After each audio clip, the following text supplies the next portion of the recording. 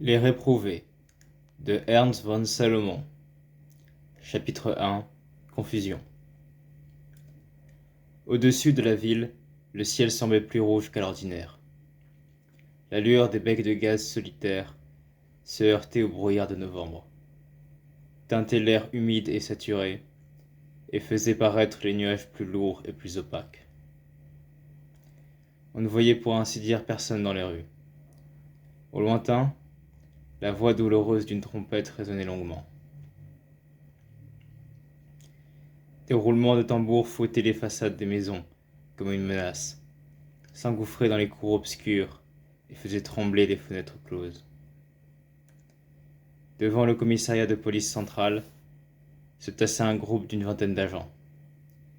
Ils avaient des faces molles et, comme spongieuses, et leurs mains pendaient lourdes dans leurs gants blancs. À leurs ceinturons de cuir brun étaient accrochées les gaines triangulaires et pesantes de revolvers de gros calibre. Ils se tenaient debout, dans l'attente. Lorsque mes pas frappèrent le pavé, ils tournèrent la tête sans qu'un trait de leur visage, sans qu'un membre de leur corps bougeât. L'un d'eux avait le ruban de la croix de fer à la boutonnière de son uniforme bleu. Il était de quelques pas en avant du groupe ramassé des autres, et paraissait écouter avec beaucoup d'attention les sons de la trompette. Ça commence, lui dis-je, et ma parole était saccadée, ma voix enrouée. L'agent fixa sur moi des yeux ternes. Il restait là devant moi, immobile comme un bloc. Son regard fatigué errait sur les boutons brillants de mon uniforme. Puis ses yeux se portèrent avec étonnement sur ma figure. Il leva brusquement sa main énorme, la laissa retomber sur mon épaule et dit « Allez-vous-en. Allez chez vous enlever votre uniforme. » Pour moi, qui étais habitué à obéir, ces mots résonnèrent comme un ordre. Effrayé, je me mis au garde à vous, comme devant un officier, et je prononçai « Non, non. » Après un moment de trouble indicible, je répétai « Non. » Et je partis. Je courus, les yeux perdus, trébuchants, par les rues mortes dont les maisons semblaient aveugles, à travers de vastes places au long desquelles ne glissaient que des ombres solitaires, à travers les promenades publiques où les feuilles mortes crissaient sur le sol, de sorte que le bruit de mes propres pas me faisait sursauter. Frissonnant, je me retrouvai dans ma chambre, tandis que le son angoissant et mystérieux des tambours retentissait à travers les rues. Le silence de ma chambre m'était une torture. J'avais assemblé sur la table des objets qui pouvaient m'être un soutien. Le portrait de mon père en uniforme, photographié au début de la guerre. Les images de parents, d'amis tombés au front. Un sabre court de hussard, un casque français, un portefeuille de mon frère troué d'une balle. Déjà le sang en était noir et tout tacheté. Les épaulettes de mon grand-père, avec leurs lourdes franges d'argent, maintenant tout oxydées. Un paquet de lettres du front, dont le papier était moisi. Mais tout cela, je ne pouvais plus voir. Non, il m'était insupportable de le voir. Tout cela avait perdu sa valeur. Tout cela appartenait au temps des victoires, lorsque les drapeaux pendaient à toutes les fenêtres. Maintenant, il n'y avait plus de victoire. Maintenant, les drapeaux avaient perdu leur radieuse signification.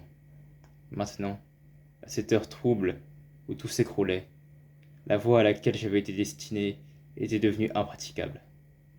Maintenant, je me trouvais, sans pouvoir m'en saisir, en face de choses nouvelles, en face de choses qui accouraient de toutes parts,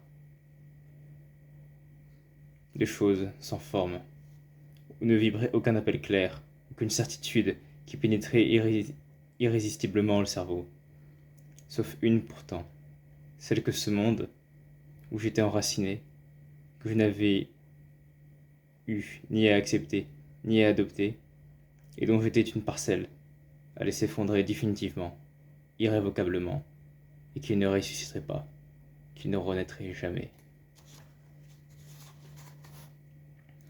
Je me penchai à la fenêtre de ma masandre.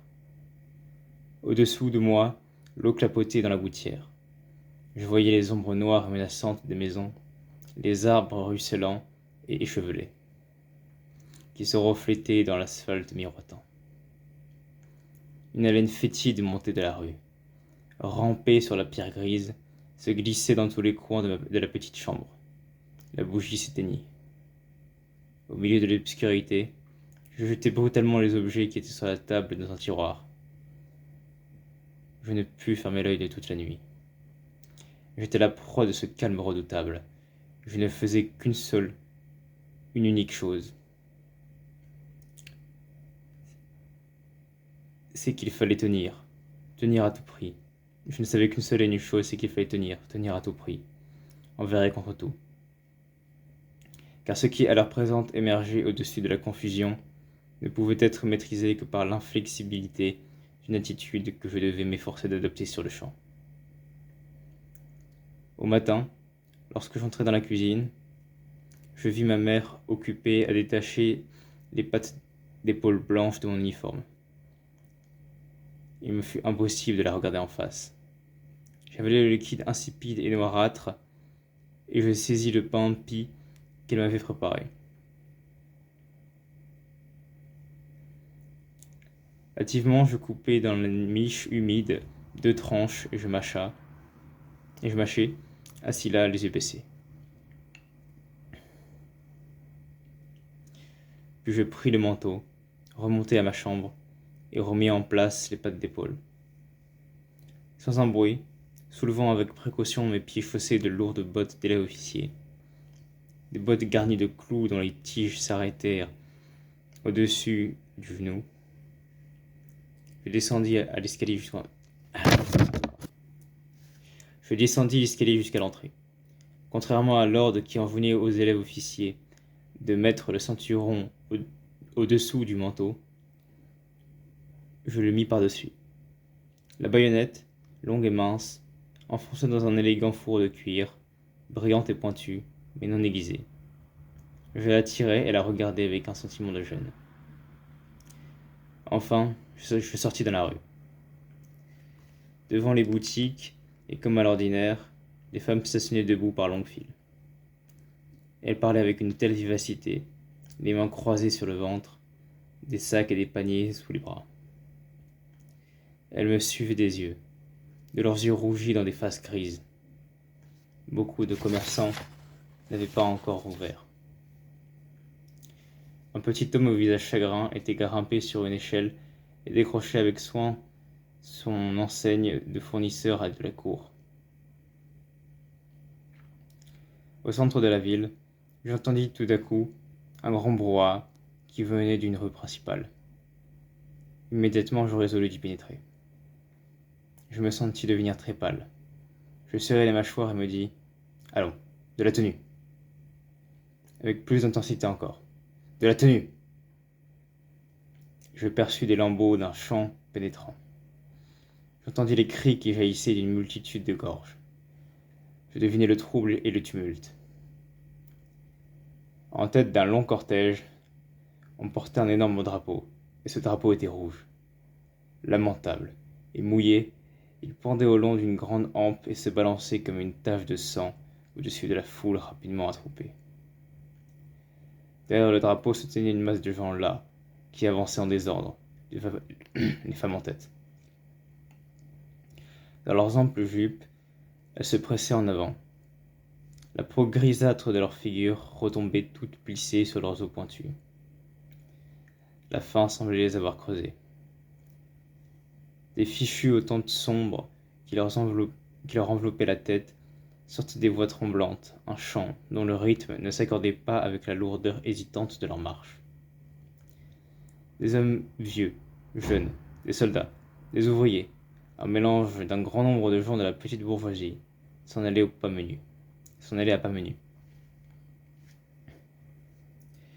Sur les visages ternes et ravinés, brillait le feu d'une sourde résolution, et rien de plus. Et toujours, Ils retombaient au pas cadencé. Comme pris en faute, ils s'efforçaient de rompre l'alignement. Beaucoup d'entre eux portaient une petite marmite en métal. Et derrière le drapeau rouge mouillé et souillé par la pluie, les parapluies s'arrondissaient au-dessus du cortège. Ainsi défilaient les lutteurs de la Révolution. Était-ce donc de cette fourmilière noirâtre que devait jaillir la flamme brûlante, et par elle que devait se réaliser le rêve de sang et de barricades? Impossible de capituler devant cela. On ne pouvait avoir que mépris pour leurs prétentions sans fierté, sans certitude de victoire, sans force conquérante. Il fallait rire de leurs menaces, car cela marchait poussé par la faim, la fatigue et l'envie. Et sous ces signes-là, personne n'avait encore jamais vaincu. On ne pouvait que lancer le défi à ce danger, car il portait un visage informe, le visage de la masse, de cette masse qui s'étalait devant, comme une bourbe molle, toute prête à emporter dans son tourbillon compact tout ce qui ne résistait pas. Mais moi, je ne voulais pas tomber dans ce tourbillon. Je me raidissais et je pensais, canaille, plèbe, populace et tourbe. Et je regardais ces êtres mornes et hâves à travers mes paupières serrées. Ils sont comme des rats, me disais. Ils sont comme des rats, me disais-je. Des rats qui traînaient sur leur dos la poussière du ruisseau, des rats gris aux yeux bordés de rouge. Mais brusquement apparurent les marins. Des marins, le corps ceinturé de larges écharpes rouges, armés de fusils et dont les visages riaient sous le béret aux rubans flottants. Ils portaient d'amples pantalons, élégants et chics, et leur démarche était nonchalante. Nos marins. Ce mot me traversa la tête comme un éclair, et je crus à ce moment que le dégoût me montait à la gorge. Mais ce n'était pas les dégoûts, c'était la peur. Ces gens-là avaient fait la révolution. Ces jeunes gaillards au visage résolu, ces rudes gars qui promenaient des filles accrochées à leurs bras, qui chantaient, riaient et gueulaient, et s'avançaient robustes sur d'eux-mêmes, le cou nu au-dessus de la cravate qui flottait au vent. Une auto filait à toute vitesse. Il y avait des matelots debout sur le marchepied, accroupis sur le capot, et le chiffon rouge, brillant fanal, ondulait et se gonflait. Ceux d'entre eux qui lançaient des regards effrontés, qui criaient d'une voix enrouée et dont le front se couronnait d'une boucle, étaient acclamés avec frénésie par les femmes. Et ils gesticulaient, tournés du côté de la rue où je me trouvais. À qui adressait-il ces gestes? À moi? À moi? Le danger, le voilà. Ne pas m'en détourner. Oh mon Dieu, faites que je ne m'en détourne pas, pensai-je. Je portais la main à ma baïonnette, et je me rappelais qu'elle n'était pas aiguisée, et pourtant, je laissais la main à la poignée. Et je carrais les épaules et pointais le menton en avant. Devant moi marchait un soldat avec des moletières marron, un jeune homme qui portait un binocle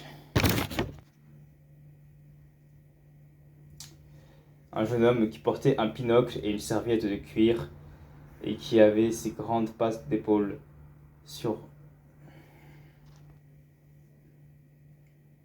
son lent manteau. C'est vers lui que les autres se dirigeaient. Et l'un d'eux, un artilleur épais et trapu, chaussé de grandes bottes pesantes et la cocarde rouge à la casquette, criait « En voilà encore un !» et lui planta son poing dans la figure.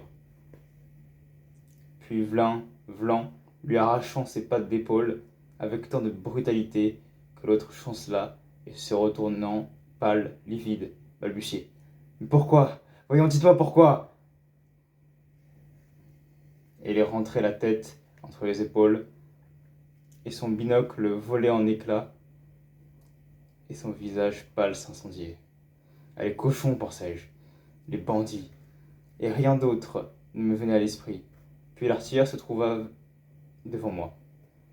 Il avait de petits yeux sournois, le menton sale, les cheveux en broussailles, et il leva les mains en l'air, des mains rouges, lourdes et velues.